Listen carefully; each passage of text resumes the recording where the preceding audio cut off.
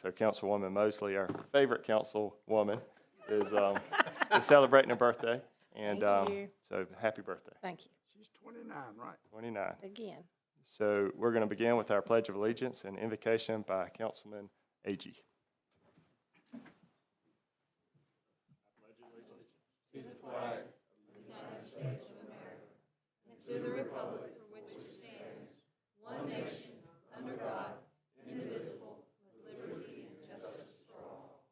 Let us stand and pray.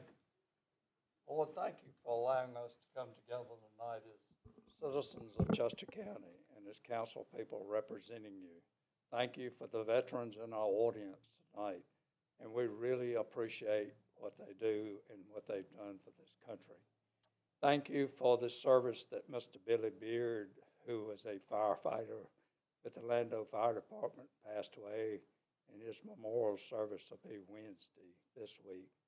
Also, please remember my friend Larry Laughlin in Great Falls, who is very sick, and take care of him and provide for him, good Lord.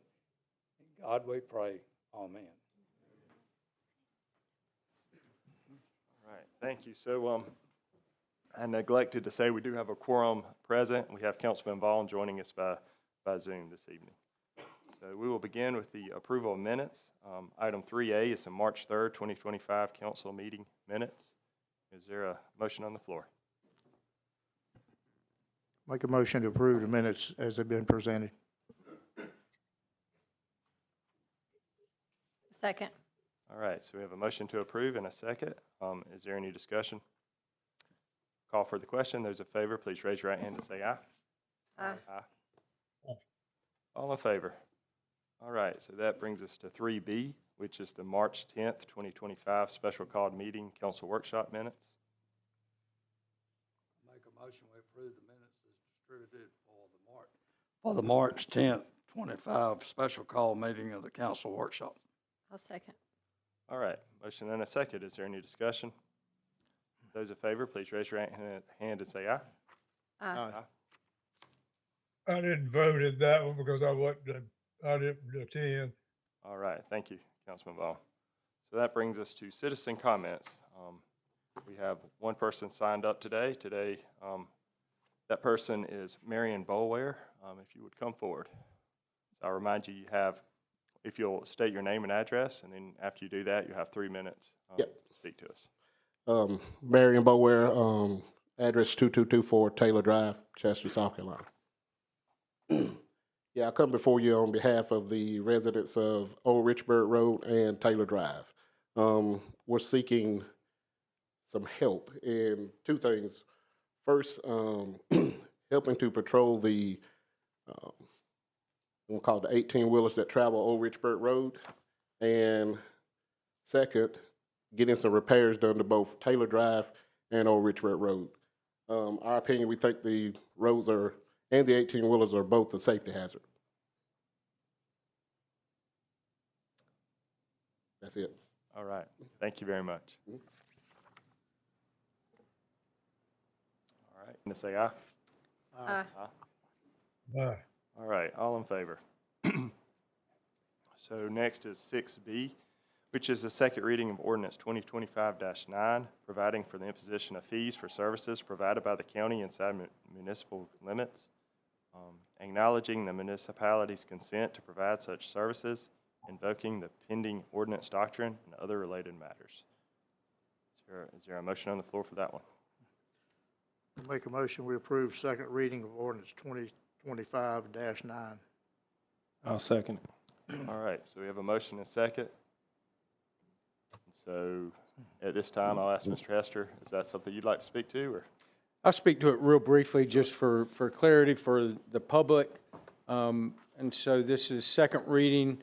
As stated, Mr. Chairman, in the last meeting, state law mandates municipalities must provide the same level of service to annexed areas as are provided to its existing residents.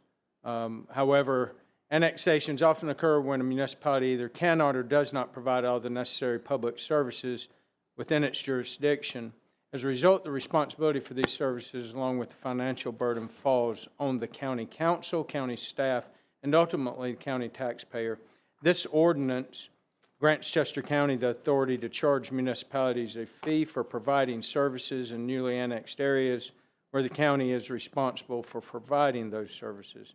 Chester County Council will determine these fees at its sole discretion based on findings that will result from an ongoing fiscal impact analysis for which we have hired a consultant to assist us in determining those fees. Let me make clear, because I know a lot of people have wanted to take a look at this document. It was in title only for the first reading or the first reading during the last meeting. And so what council's been provided with is a draft. And we urge the staff and the county attorneys, urge you all to take a look at it, provide your input back to myself and the county attorney as to any other recommendations or changes. There, as I said, it's a draft, it's a living document right now, and the study that we're conducting will help us to determine how that fee schedule looks and the cost related to the annexation. Any other questions? Will you have an estimate of those fees at the third and final reading? I will not, and that's a good question, Mr. Agee. So I think the way that we're working on the wording is that the county council will evaluate the services that need to be provided. If county council accepts the fees that the fee study that's put forth, then county council will work along with myself and the county attorney to determine what the appropriate fee would be for that jurisdiction based on the amount of services and the study for those services that are done. So it may be different depending on the jurisdiction and the level of services that are provided or needed to be provided, as well as any other negotiated items within that. All right, thank you, Mr. Hester. So is there any more discussion? I will call for the question. Those in favor of the second reading of ordinance 2025-9, please raise your right hand to say aye. Aye. Aye. All in favor.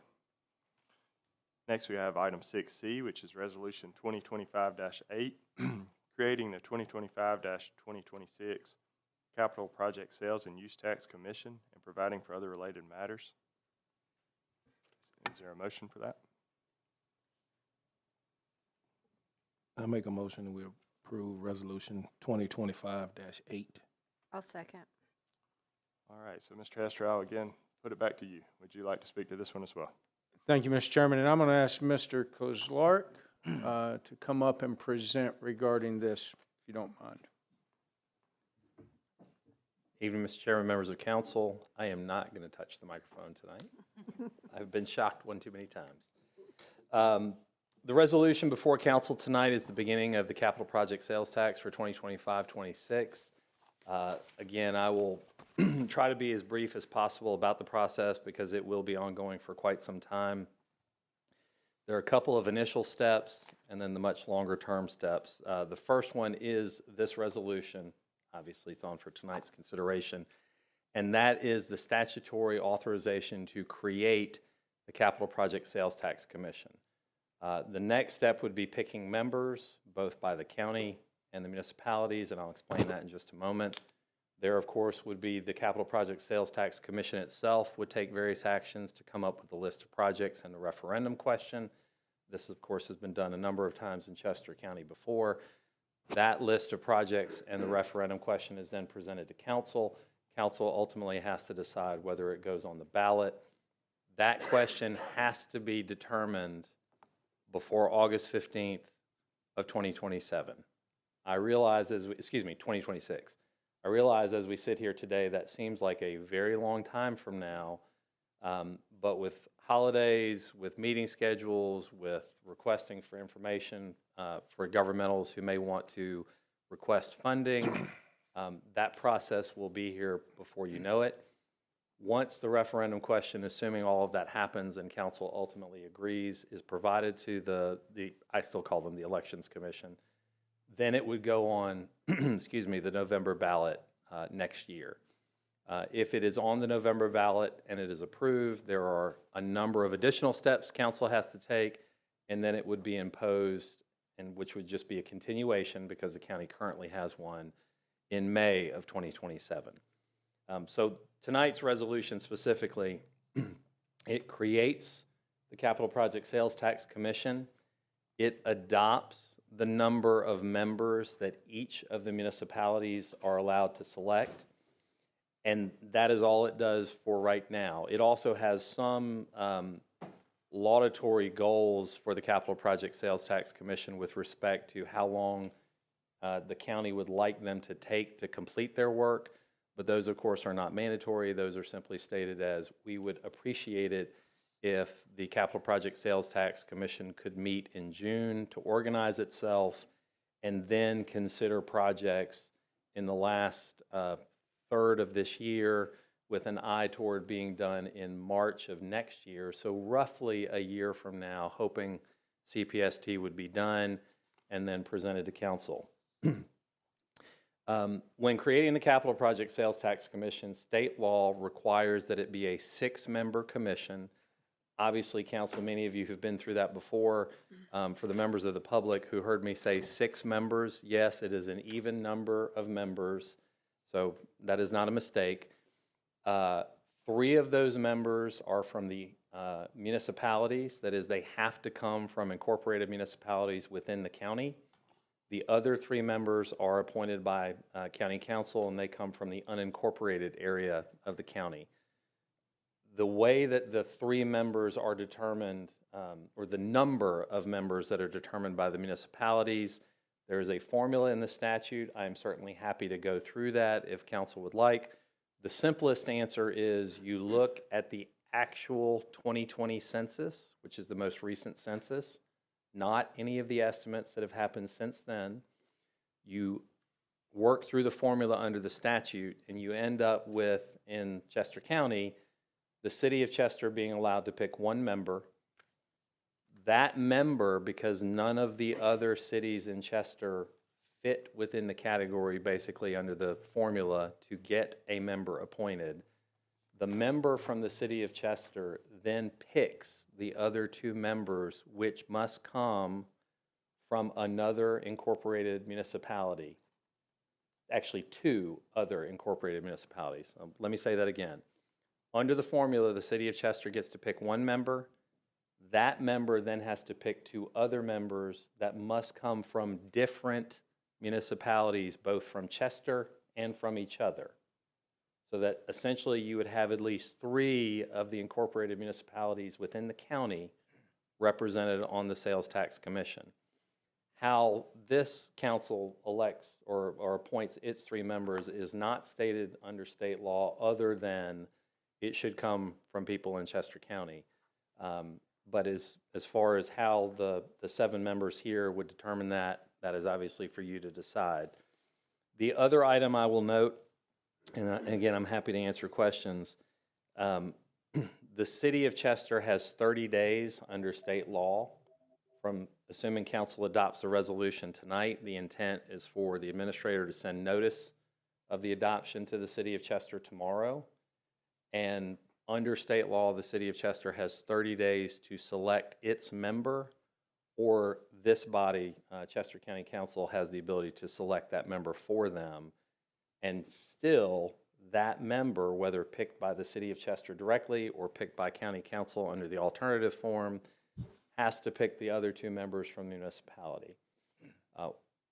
I envision that, if I do the math correctly, probably the 2nd meeting in April or potentially the 1st meeting in May, this would be back in front of county council for the selection of its 3 members and the confirmation of the 3 members that would be coming from the municipalities. And then, of course, the commission would be fully formed and would operate as a separate public body for the life of its existence during this process. Can I ask you a question? Let's be very specific. Yes, sir. The person that is selected by the city of Chester, he or she has the absolute authority to select the other two members, That is correct. not the city of Chester. That is The correct. person that is correct, that is appointed to do that. So if he has a brother in blah, blah, blah, blah, blah, blah, a good friend in somewhere, he doesn't have to pay any attention to the town councils of this municipalities. Is that correct? That is the way I read state law. That is correct.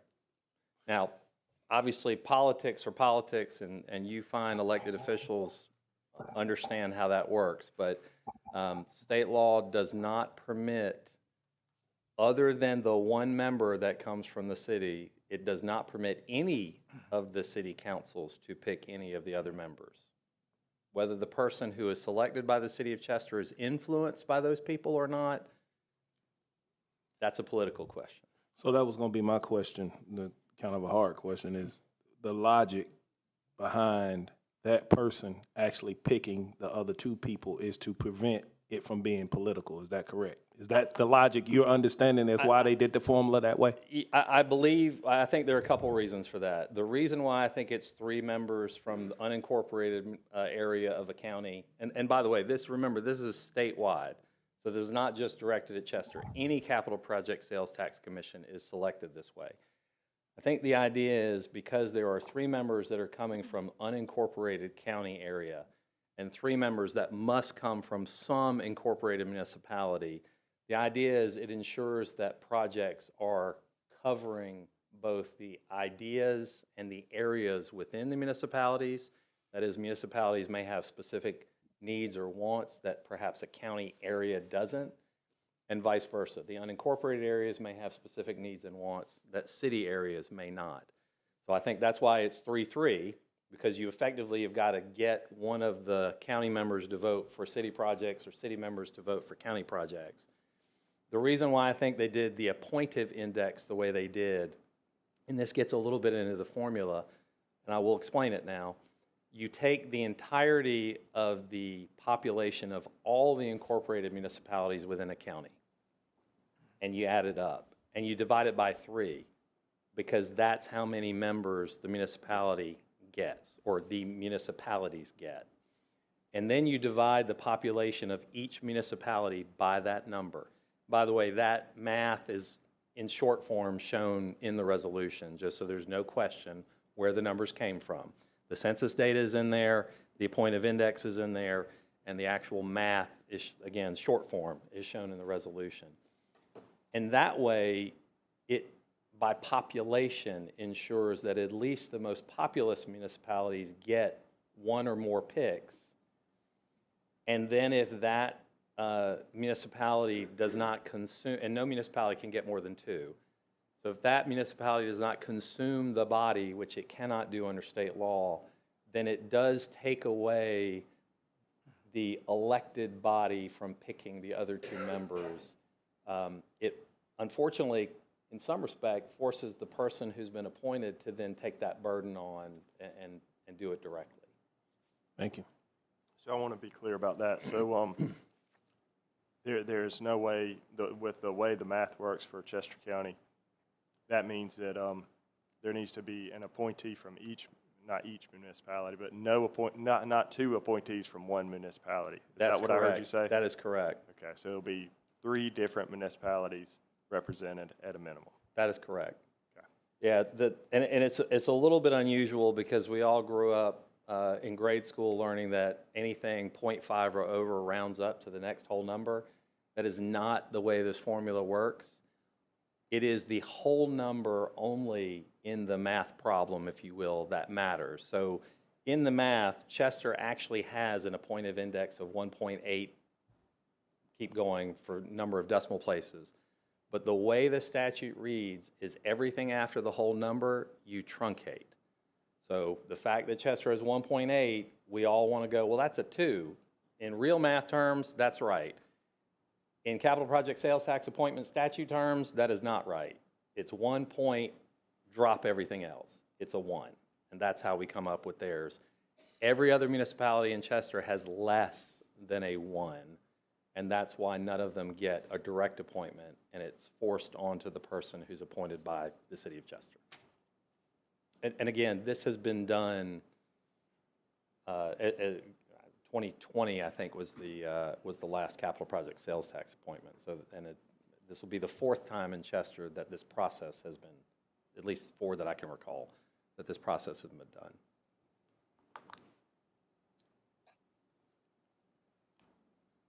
All right, is there any more questions or discussion? Not, I will call for the question. Those in favor of Resolution 2025-8, please raise your right hand to say aye. All in favor? That brings us to item 7, which is the Administrator's Report. Mr. Hester. Thank you, Mr. Chairman, Council. I want to first say thank you to the Cameron Olivia Foundation, who adopted a 2-mile stretch of Dawson Highway for litter pickup and recently cleaned up this road. That foundation was created in memory of Cameron Olivia Price and is dedicated to gifting scholarships to students interested in cosmetology. I urge any community organization or any businesses within our community to please, if you're interested in adopting a roadway or highway to assist in litter pickup and cleanup and to maintain and to help Chester be as beautiful as it can be, please reach out to our Public Works Department. Our director, Ms. Devin Bagley, is in the back, but we would greatly appreciate your help. Going into this next year, we have a lot of really, I call them unique and neat initiatives to clean up Chester County. We all think, and I know you all as citizens think the same way, that when folks drive in, as we grow and tourism expands and we have the neat things that our group here tonight is going to talk about, we want people to look and to think what a beautiful place it is, and we don't want our roadways to be littered with trash. And so we have a lot of enforcement initiatives as well as cleanup initiatives, not only with trash, but some of our dilapidated structures and things that are out of code. And so the goal is to make Chester beautiful and let people see it for what it is. And so that's a great initiative that we've got going. So please reach out. I want you to blow up Devin's phone and please help us in that initiative. For the community and for County Council, I may have talked to a few of you about this, but the county intends to apply for a TAP grant. You say, well, what's a TAP grant? It's a Transportation Alternative Program, and it is exactly that, alternative transportation, bikes, walkways, and so forth. And the goal is to create a sidewalk along Village Drive and McCandless Road. And so with some of the new housing that's going up in that area, this project would help create a safe route to school, as well as connectivity to the residents, for residents to the Chester Nature Park. But I don't know if many of you know, but if you live within a certain distance of a school, that technically the school cannot provide bus transportation. And if they do provide bus transportation, the state makes them pay a portion of the money they get for that bus program back because they provide it within too close of an area. I can't give you the exact numbers. The school district met with me and we talked about it. And so neighborhoods like the ones that are going up on Village Drive, a program like this would allow students a safe pathway to get to school, to be able to walk to school, ride their bicycles to school. These grants do come with a matching portion. And I know Ms. Bagley's been working close to see if DOT will fund a matching portion of that. We could also use some of our developmental fees. We can use future CPST funds, as well as we could also use, I said CPST funds and developmental fees, but she's also working to talk to the builder, the home builder over in that area, to see if they would be willing to contribute towards the matching portion of that as well. But I just wanted to kind of make you aware of a project that we were looking at. For the public and for council, as you know, we're about a week and a half into our budget sessions, and we will continue the rest of this week and for the next several weeks. We're working with Ms. Donaldson to set up 2 budget workshops in April currently and 1 in May if needed. So we are very involved in our budget process right now. I also want to let you know that we have hired our landfill supervisor. I believe they begin work at the end of this month. Ms. Bagley, is that correct? This person's name, and I'm sorry, I have a first name. Ms. Bagley, can you tell me the full name? Thomas Varnador. Okay, thank you. Thomas Varnador, he's a Chester County native. He moved to York County for several years after he got married and returned to Chester 17 years ago. He has proven leadership, safety standards, and is always willing to listen to input from others for creative problem-solving solutions. He's a dedicated family man who enjoys spending time with his daughter, who recently celebrated her 18th birthday, and his wife of 20 years. When he isn't working, you can find him out in the yard occupied with odd jobs around the house and enjoying a few games at the bowling alley. So that is a welcome addition to our solid waste team. And again, they will be starting at the end of this month. And then lastly, I have a thank you letter from Chester County Chamber of Commerce that I'd like to just make County Council aware of, and expressing their gratitude to Chester County government and council for our generous support in providing the use of the Gateway Conference Center for the Chamber's annual banquet and the business mix and mingle.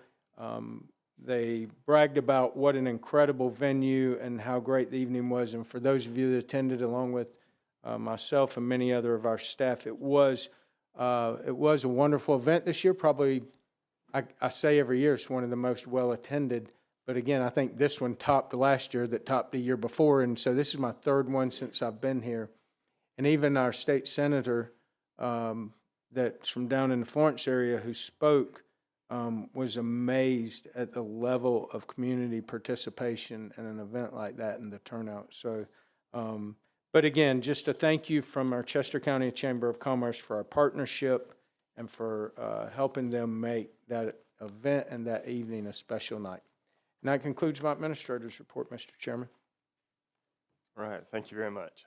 So that brings us to the consent agenda, which is items 8A, second reading of ordinance 2025-8, B, the third reading of ordinance 2025-3, C, the second reading of CCMA 25-01, D, the third reading of CCTA 25-01, E, the third reading of CCTA 25-02, F, the third reading of CCTA 25-03, G, the third reading of CCTA 25-04, H, the third reading of CCTA 25-05, and I, the third reading of CCTA 25-06.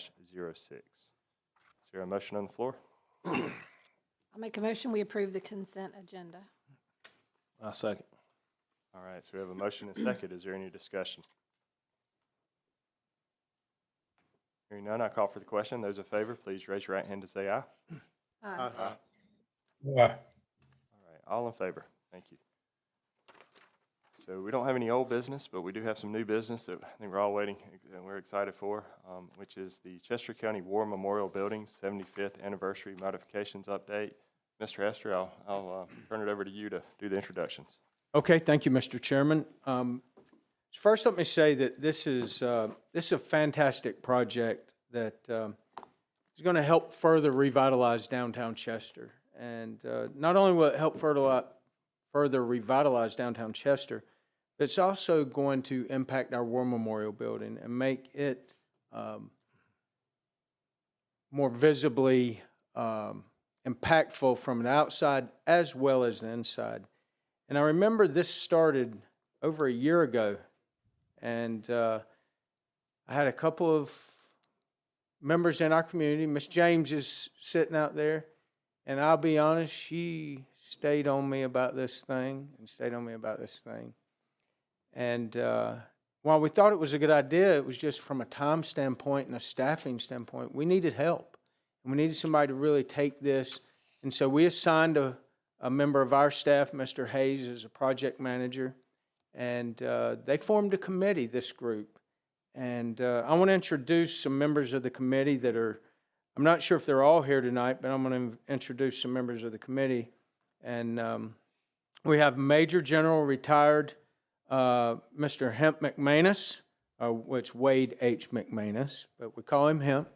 And he is here tonight, and he has been I don't know if he was the nominated leader or if he, being a Major General retired, he just took control of this thing.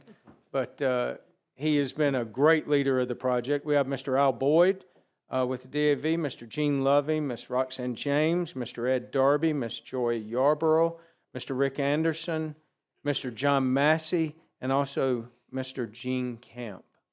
Miss Gene Camp, I'm sorry. I apologize, Miss Camp. Did I miss anyone? Wendy, I left his name off this. Wendy Winchester, the American Legion's part of the effort. Mr. here, Wendy too. Winchester, that's right. Yeah. And so I just want to say thank you. They have done amazing work. They have exceeded our expectations. They're going to present to you tonight their ideas.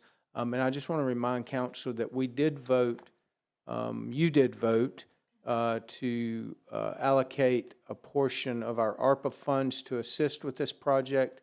And then this group is working very diligently to secure some funding from private organizations as well. So I'm going to turn it over to our Major General retired, Mr. Hemp McManus. Thank you. Thank you, Mr. Hester. Well, good evening, everybody, and happy St. Patrick's Day. Some of us got the memo. This is both St. Patty's green and Army green at the same time. A couple of comments on the lead chart. And the first is the quote by President Kennedy. When you read that, we put that in motion with our project here because this represents our DNA within Chester County. It's who we are and what we're about here, and I hope that will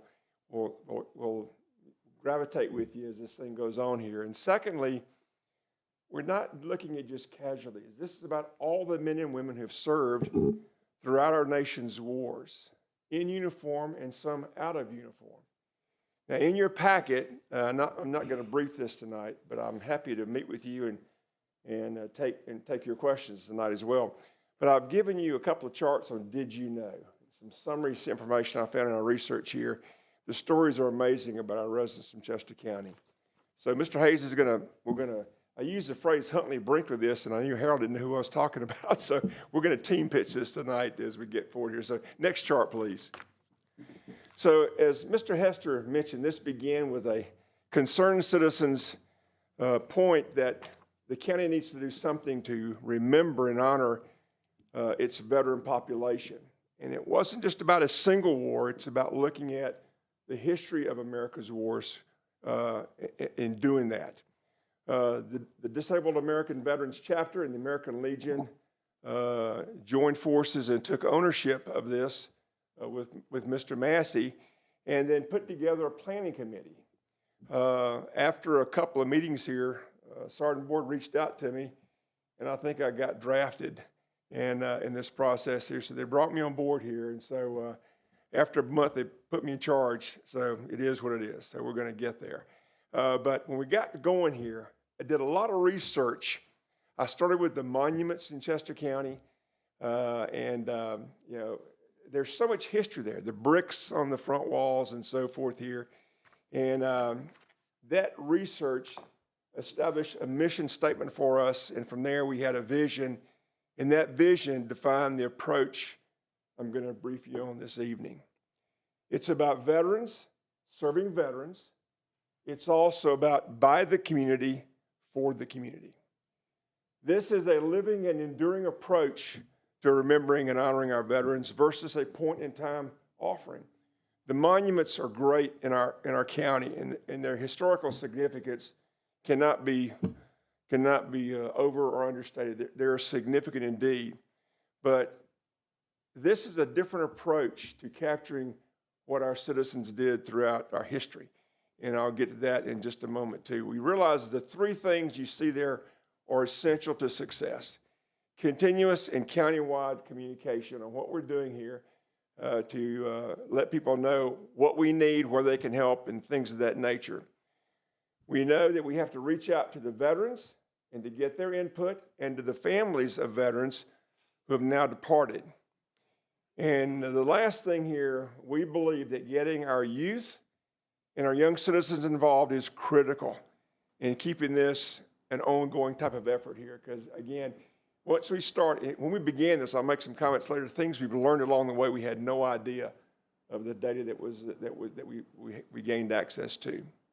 Next chart, please. So there are two components to this project. I'm going to brief just the modifications to the War Memorial Building tonight. I'm also part of Mr. Hester's planning effort for the upgrade to the Visitor Center down at the Gateway in Richburg here. And there'll be another presentation later on here, but we're going to capture some of the things we're doing for the War Memorial Building here and then roll it over into what we hope is going to be called the Visitor and Veterans History Center for Chester County. So when we met with Mr. Hester a couple of weeks ago, we were boxed into just the building here, but he opened our aperture a bit. So we began looking not only inside, but outside. And I think we all would agree here, there needs to be some crisping, if you will, of the exterior view that when you see the War Memorial Building for what it really is intended to represent for our county. So we're looking at putting turf around the flagpole, and we'll get to some pictures here with Mr. Hayes in a moment here, kind of bound the existing monuments and have a steady, beautiful green area upon which to walk and upon which we can expand the bricks in front of the flagpole itself. We're going to put exterior lighting to add to the effect that needs to be associated with this remembrance activity and event and project here. And then you'll see pictures. We want to put statues of standing soldiers to serve as sentries outside the main doors of the War Memorial Building to create the effect of sentries watching over the interior, over our war dead, and the exterior for those who have served. Quite an interesting effect, I think. I think the community will really resonate well with this. On the first floor, which is the primary focus of the project here, we want to relithograph the marble or granite wall on that right wall when you go in, which has the World War I and World War II casualties. I've met with Gaulden Monuments, and they can relithograph that and bring that wall alive. When you walk in now, as mentioned, it's hard to read, and it really takes away from the effect you're trying to have with such a remembrance from the casualties of those two wars. We're going to create walls for Vietnam, Korea, and the global war on terror. Because this is an ongoing and enduring project here, we've allowed space for what may be the next conflict we may be called upon to participate in. We're going to wrap the existing walls with collages of scenes from memorable battle scenes and scenes from each of the conflicts that kind of will resonate with people to add to that history component of the casualties who will be the main focus of the names and the walls inside the building. We're going to include statues of two kneeling soldiers with a folded American flag adjacent to the columns that Harold will get to in a moment here. And that really creates the effect and the attitude of reverence that's due those who've given their lives in the service of our country. We'll put a glass wall storefront, if you will, in front and close the area, but it still have a double glass door so as not to impact other events that take place in that building as well. Trafficability will not be affected, but it does create a standalone memorial area within the War Memorial Building here. Something I've learned in doing the research here, as of today, there are 19 citizens of Chester County who were prisoners of war in World War II. 19. And those names are in your packets. There are a number of Silver Star and Distinguished Service Cross awardees from World War I and II and Vietnam. One of the Vietnam casualties who was on the wall there was also a POW and received the Silver Star, was killed in captivity. The stories of those veterans needs to be told and captured somehow, and we're going to do that with this project. And then the last element of this is a standing monitor upon which we'll house our website that we'll call it Chester Veterans or something here, so begin to upload and digitize our history. If we don't do it, I'm concerned that all the memorabilia we have is going to be lost. And this is a great way to use technology to capture it and make it available for future generations to know about their grandfathers and great-grandfathers. I have a great-grandfather's in the Civil War. I have 5 of his letters written in 1862 and 63. There are things like that throughout the county we can capture and make part of this historical database. And then we'll go to the next chart. Harold, you want to pick up from here, sir? So for those who don't know, the building we're talking about is Warren Building downtown Chester. Could I get you to come up to the microphone so we can hear you? Because I know the folks at home want to hear what you're saying. You have your notes there, though, don't you?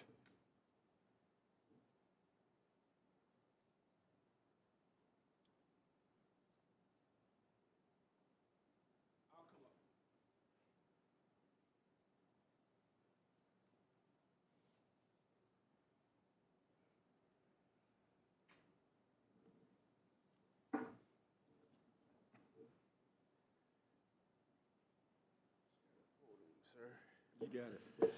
Even Mr. Chairman, members of the council.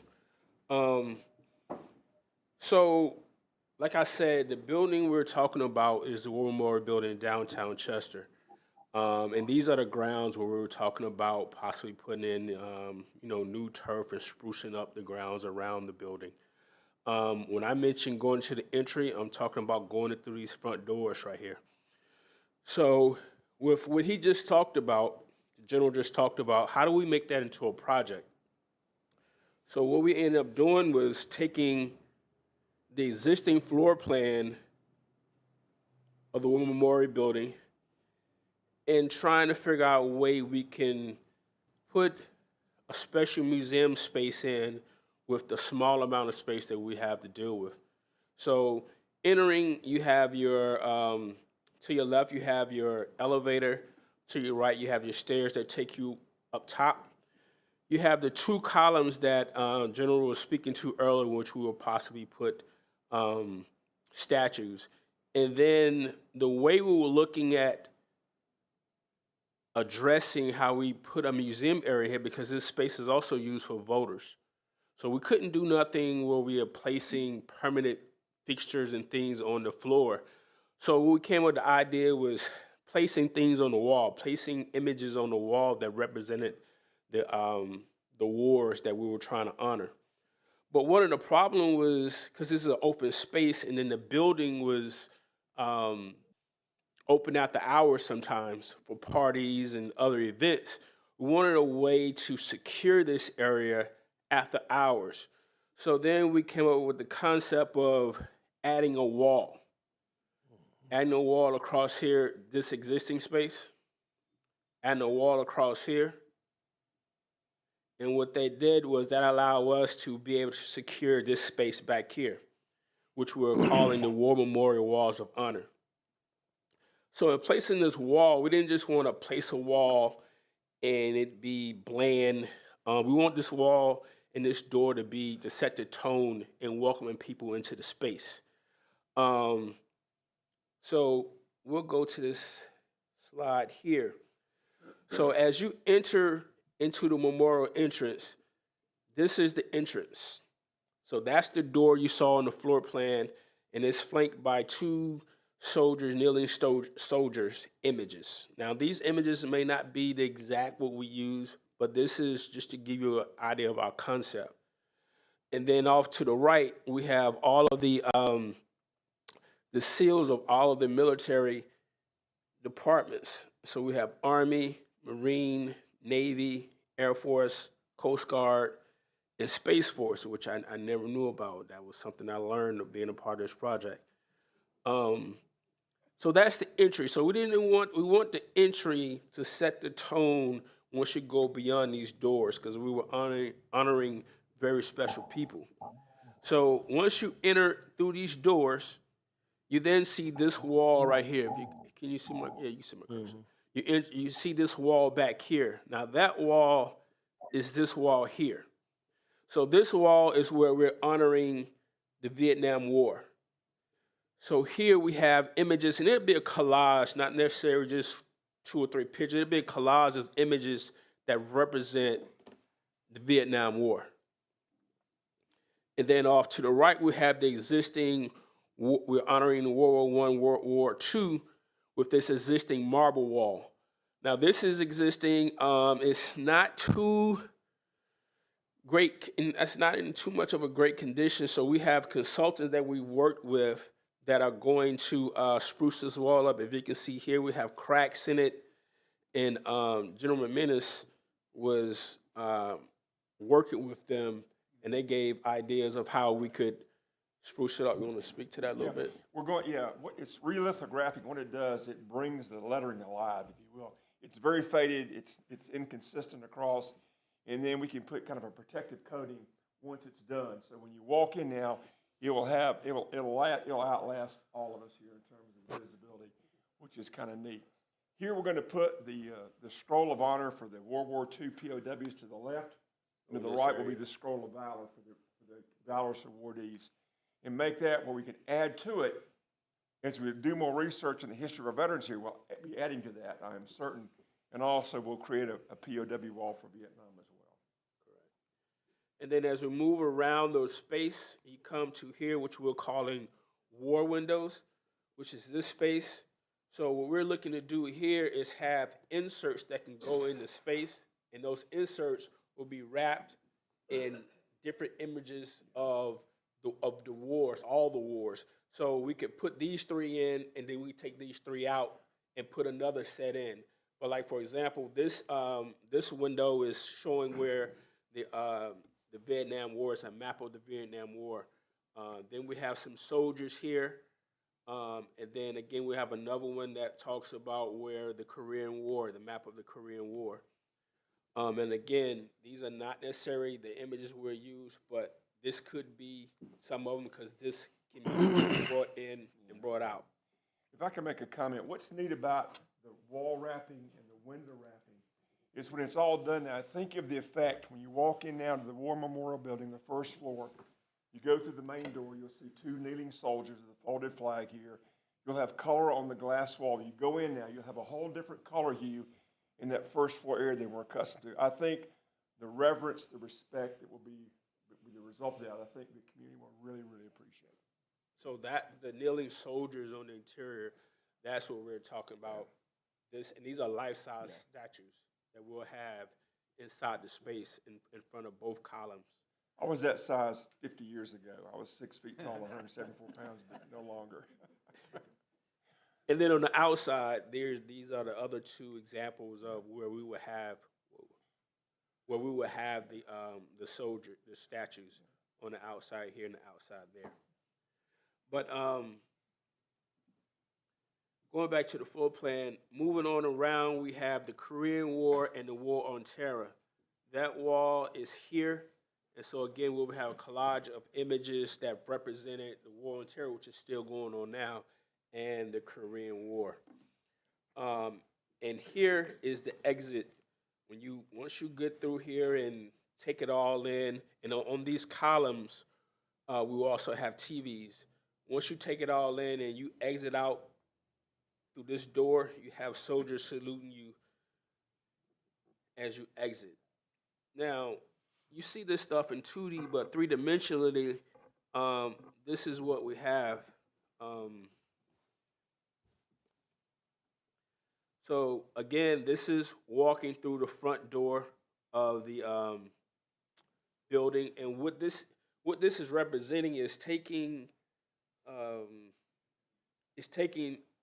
cutting half of the building and taking the top off, and then you're looking over into it. So when we're looking at this 3D model, that's what you're seeing, and this is the representing the front door, and this is the wall that we added right here. This is the wall we added, and again, like I said, we have flanking soldiers kneeling to set the tone entering through the building. Again, over here, these are the seals that are representing all of the military units we have. And then coming on here are the two columns which we will have soldiers standing in front of. This is how it plays out with images on the wall. On that side, this is the existing marble wall right here that we're looking to spruce up, make more legible. And then here is the window wall. My settings are a little dark. I'm trying to make it light, but this is the window wall, which will have different imagery representing. If you look right here, you can see that that's the actual window, and then in front of it, we are putting images that represent different wars. Over here to this wall, again, representing the War on Terror, Korea War, and then here is what it looks like when we're exiting out and being saluted by soldiers. But that's the direction we're heading. We still have a little more design to do because we have images that we want to make sure we capture these wars and our veterans that were part of these wars as best as we can. So I'll turn it back over to you, sir. Let's go to that last chart then. By the way, we plan to do a ribbon cutting on the building this Veterans Day. We think that's a perfect time to do this. I met with Brooke Clinton last week, thank you, sir, and get some ideas of how we do this here. And this will be a sponsorship, co-sponsorship between the Chamber and the DAV and the American Legion. And so more to come as we get that agenda developed here. But that can be a very special time for us when this is done.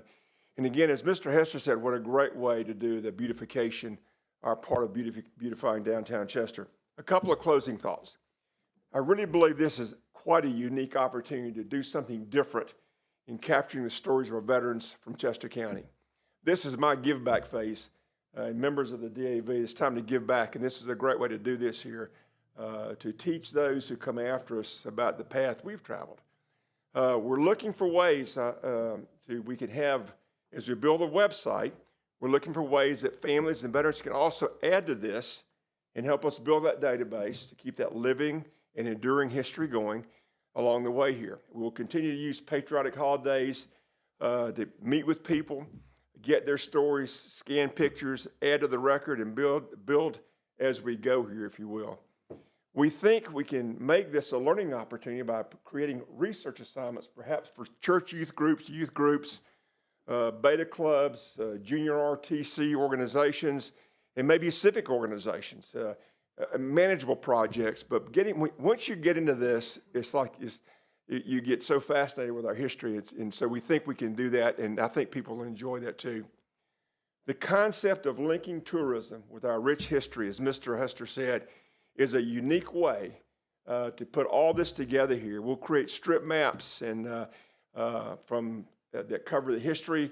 We're looking at ways to establish the recognition of the 3 major Revolutionary War battles in Chester County there. So it can be, I think it's going to be really cool. If we don't do this now, our history will be lost. I've seen in doing these, when we capture documents, I have copies of newspapers the day the Japanese surrendered, original newspapers, photographs of my dad and my neighbor down the street when they deployed in the World War II. Had no idea about that. But by doing this, we can bring it alive and make sure it's there for our generations to come. Remember, by the community, for the community. I'm happy to meet with you anytime, go over this with you in more detail, get your ideas and input here. But Mr. Hester, thank you for giving us the chance to kind of brief what we're doing with you here tonight. Thank you very much. Thank you. All right, so are there any questions or comments from council? All right, so that was a great presentation, and we want to thank you, every one of you, for your commitment to it and your time and your work in it. I think I can speak for council when I say we're very excited to see this end product. It's going to be really special. So our next item of business is item 10B, which is from the CCTC, the approval of 2025 road selection change using one-time C funds for District 2. Is there a motion for that? I'll make a motion, council approves. I'll second. All right, is there any discussion? Hearing none, I'll call for the question. Those in favor, please raise your right hand to say aye. Aye. All in favor. That brings us to boards and commissions. Number 11A is the Carolina Community Action Board of Directors information, and our clerk to council, Ms. Christy Donaldson, is going to come forward and give us an overview of that.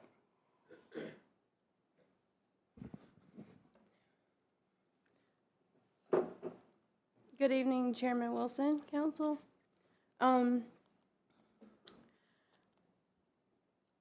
going to be presenting information on the Carolina Community Actions Board, also known as CCA, in the current appointment process for Chester County. I'd like to present the background, the role of CCA, and the opportunity for a council member or their designee to serve on the board. The purpose of the Carolina Community Action Corporation is to assist in improving the education, economic opportunities, living environment, and general welfare of the people living in Chester, Fairfield, Lancaster, Union, and York counties in South Carolina. This purpose aligns with the Economic Opportunity Act of 1964 and subsequent federal, state, county, and local legislation aimed at addressing poverty and promoting community welfare. The CCA aids in expanding educational opportunities, providing economic opportunities and financial assistance, improving living conditions, and offering health and social services to those in need. The CCA Board of Directors determines the policies and broad framework of the organization's operations and ensures that programs target the causes of poverty in those service areas. Under the guidance of the Executive Director, CEO, the board monitors the organization's fiscal and programmatic operations to ensure that the funds are used efficiently and in line with the goals of the corporation. The Economic Opportunity Act of 1964, signed into law by President Lyndon Johnson, marked the start of the National Community Action Network. CCA was created in response to this initiative, initially founded on August 2nd, 1965, to serve Chester, Lancaster, and York counties. The service area expanded in 1964 to include Union County, and in 1998 to incorporate Fairfield County. Today, CCA is the designated community action agency for all 5 counties in the region. CCA's mission is to mitigate poverty by empowering individuals, families, and communities to achieve self-reliance. The ultimate goal is for economically disadvantaged people to live with dignity and realize their full potential. The CCA offers various programs to assist individuals and families in the 5 counties it serves. The services include the Community Services Block Grant, which provides self-sufficiency programs, general emergency assistance, nutrition assistance, and youth leadership programs. Also, there's the Low-Income Home Energy Assistance Program, which helps low-income families with energy costs. There's a Head Start and Early Head Start program offering early childhood education. Lastly, there's a Weatherization Assistance Program, which improves the energy efficiency of homes. Chester County currently has 4 seats on the CCA Board of Directors, each of which is held or represented by public officials. So in Chester County currently, there's 1 member that's appointed by Sheriff Max Dorsey, and that is Burley McDaniel.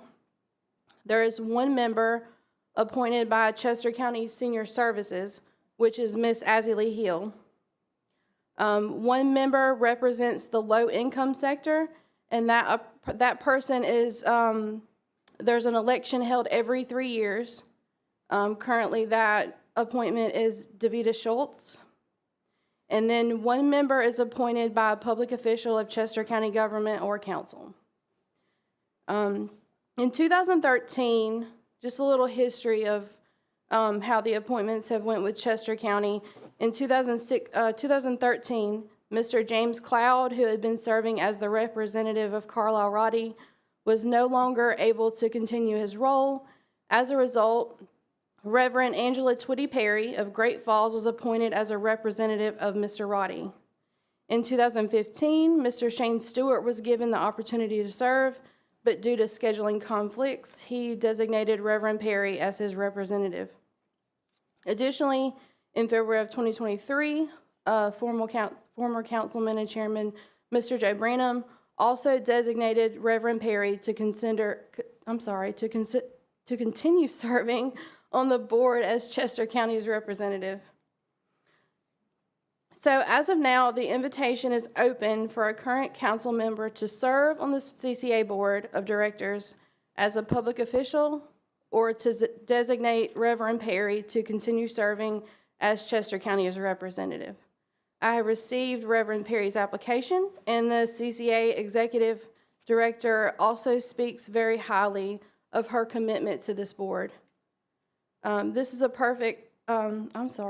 important opportunity for Chester County to maintain its active involvement in the mission of CCA, ensuring that our community's voice is heard and the organization's decision-making processes and initiatives. So the Carolina Community Actions Board of Directors plays a vital role in addressing poverty, improving education, and providing vital services to our community. This appointment is an opportunity for Chester County to continue its engagements with CCA and ensure that our county's needs are well represented. I'm here to answer any questions and offer any support in y'all's decision. Thank you very much for all that information. I really appreciate the background and allows council to make a better, more informed decision having all that information before us. So I was asked council if there's a nomination. Y'all see the application there in our packet. Is there a nomination on the floor?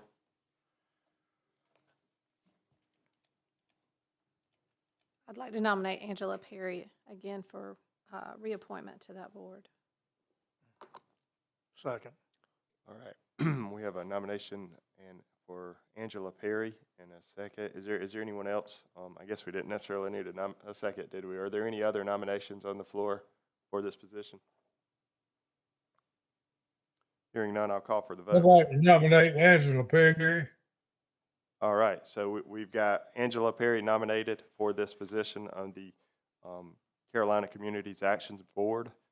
And I don't hear any more nominations, so at this time we'll call for a vote. Those in favor to appoint her to this board for another term, please raise your right hand and say aye. Aye. Aye. All right, we're all in favor on that, so let her know that she's been reappointed by the county council. Thank you. That brings us to the Richburg Fire Protection District appointment, Town of Richburg. Councilman Agee.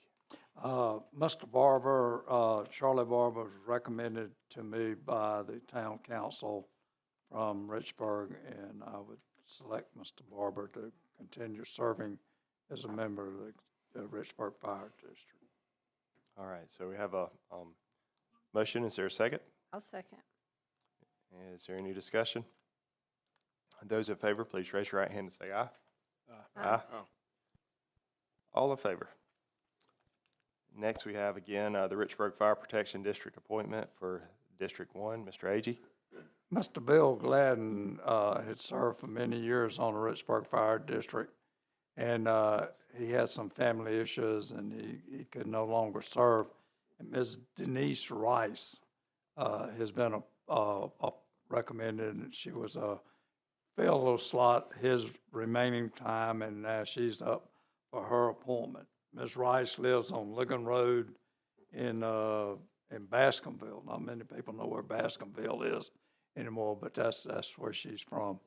And I would like to recommend her to the council to be on the Richburg Fire Protection Board. All right, thank you. Is there a second? I'll second. All right, is there any discussion? Call for the question. Those in favor of Denise Rice to be appointed to the Richburg Fire Protection District, please raise your right hand and say aye. Aye. All in favor. So item 11E is the Zoning Board of Appeals appointment. Councilman Bobby Raines. Yes, I'd like to make a motion to reappoint Mr. Melvin Jackson, Zoning Board of Appeals from District 3. I'll second. All right, so we have a motion and second. Is there any discussion? Those in favor of appointing Melvin Jackson to the Zoning Board of Appeals, please raise your right hand and say aye. Aye. All in favor. All right, this next item is item 11F, which is the I-77 Alliance Board of Directors appointment. That should be for a council member. Mr. Hester, if you would kind of give us an overview of that, or Ms. Workman, I'm not sure which one's going to do it. Mr. Hester? I'll take care of it. Yes, All sir. right. Thank you, Mr. Chairman. So I-77 Alliance as a corporation is organized and operated exclusively for the purpose of lessening the burden of the county governments along South Carolina's I-77 corridor, specifically the counties of Chester, Fairfield, Lancaster, Richland, and York, by encouraging, enhancing, and fostering economic development in the corridor region, assisting in the formulation, promotion, and support of programs designed to encourage, enhance, and foster economic development within the corridor region, and engaging in any way and all lawful activities necessary for foregoing purposes. So, with Mr. Branham's vacating his seat, we have a seat on the board. The bylaws state that it either has to be a council member or the county administrator / supervisor, and in the past, when looking historically, it was either the county supervisor under the supervisor form of government or the chair of county council most recently. So that position has been vacated and needs to be filled. Mr. Wilson, I would recommend you if you are willing to serve and do that. I would accept that as a nomination. Yes, I'll nominate you. Thank you. Is there any more nominations for the I-77 Alliance Board of Directors? Hearing none, I'll call for the, do I need a second on that? No need for a second. Yep. Call for the question. So those in favor of appointing myself to the I-77 Alliance Board of Directors, raise your right hand and say aye. Aye. All right, all in favor. Brings us to item 12, which is the executive session. A is the discussion of matters relating to the proposed location expansion or the provision of services encouraging location or expansion of industries or other businesses in the area served by the public body for Project P2515. And then item B is the discussion of negotiations incident to proposed contractual arrangements pertaining to the county's tourism department. Is there a motion for these items in executive session? I'll make a motion, we go into executive session. Second. All right, is there any discussion? Hearing none, I'll call for the question. Those in favor, please raise your right hand and say aye. Aye.